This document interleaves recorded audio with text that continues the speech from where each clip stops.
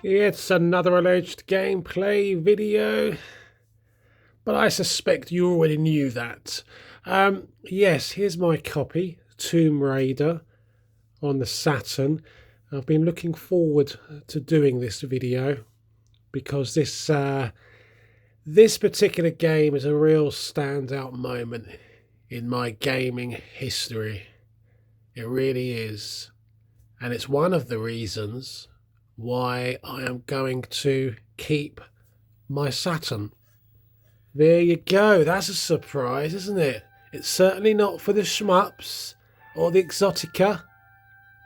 You're in the wrong place if you're looking for that. But yes, the music. Oh, the music is so evocative. It's a real leisurely stroll down nostalgia lane. It really is. So yes, it is the home of Tomb Raider, Sega Saturn. If you didn't realise that, now I don't know if it was a timed exclusive.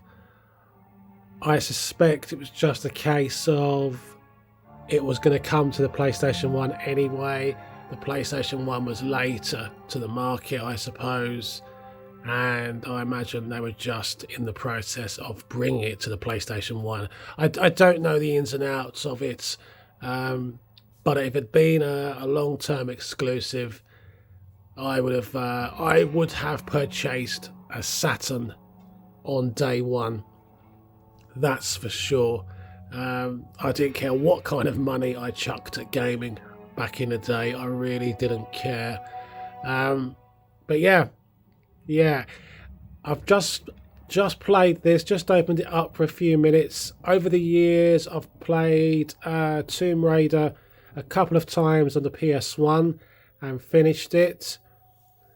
I can't really say that I was interested in many of the sequels. By number 3, it got far too combat orientated, if that makes sense. There's too much combat. And there seem to be dozens of games in the Tomb Raider canon. I did like the reboot when it came back on the Xbox 360. So by that I mean the proper Tomb Raider reboot, not like the anniversary kind of reskin business. But again, I think by the second game of that reboot, or was it the third one? I don't even know how many of those there've been. That all got a little bit samey. It really did. So we're going to show just a few minutes of this and talk about my earliest experience of this game on the Saturn. But just playing this again for a few moments, I've made the decision. I'm going to make a conscious effort and actually play this completely through again, but this time on the Saturn. I really want to do that. It's just such a powerful memory, such a fantastic game. So I've probably told the story before. I think I was with a friend back in the day. I think it was either HMV or Virgin in Kingston. And I never forget it because they just lifted these Sunday licensing laws, trading laws. So shops like that began to open on a Sunday, but not everybody realised. So it was always nice and quiet early on Sunday morning. Anyway, we were walking through this shop, and I saw this. I saw this game running, and like a kiosk thing. So grabbed the controller, and I was totally blown away by this. Completely sucked in by the immersion. These amazing kind of cavernous levels, the audio. It just absolutely captured me at that point, and I knew, I've got to play this game. I need to own this game. Didn't really have a clue what it was. The impact of the game was more significant than what the hardware was for me, if that makes sense. Then I realised it was the Sega Saturn, so I went away, did a bit of research. I honestly said to myself, if it's only available for the Saturn, then I'm going to go literally pop down in the week and buy a Saturn.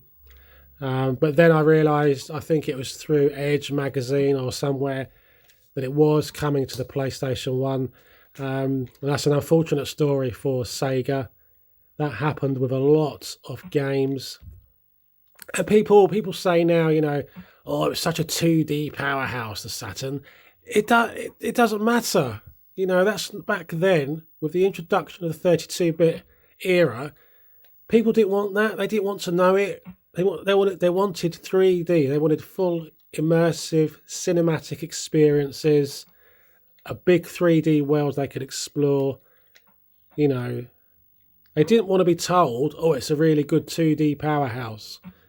And you know, whether you like it or not, that's the reality of it. It really is. And nobody has given Sega more money than I have. I mean, my collection on the Mega Drive was huge.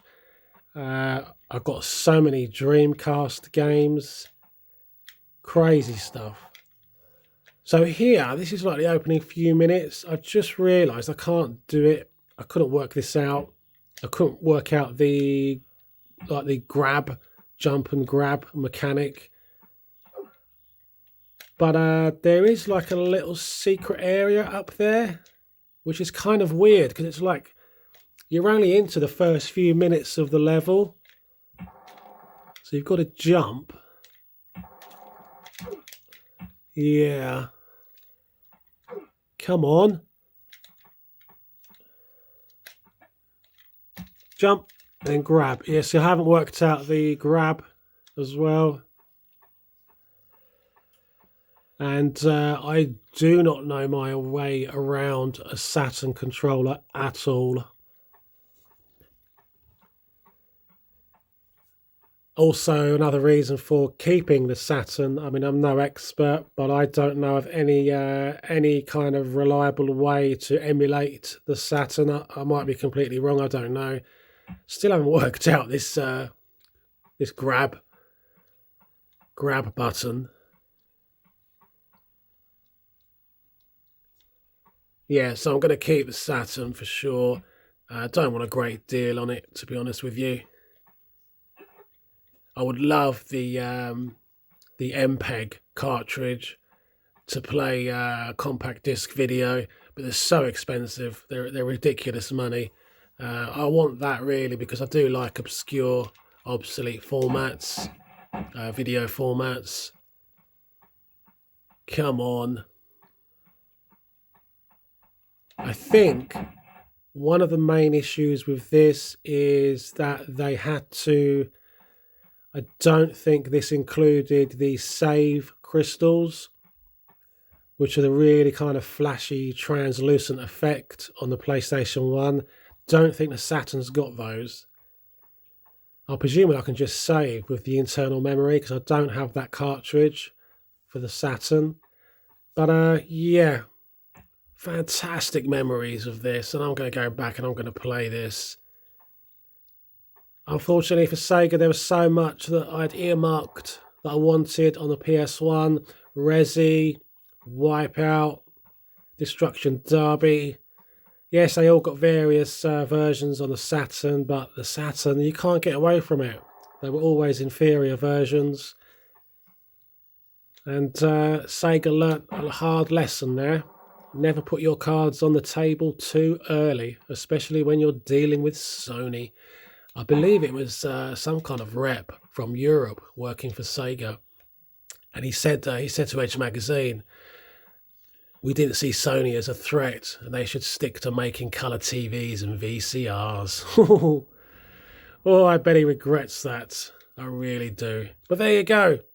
There you go. A real milestone for me, this one. A favourite of all time. And yes, I'll put up other videos will come up because I'm going to do a whole playthrough of this. And yeah, I'm looking forward to that. Take care of yourselves. I'll see you soon. Bye-bye.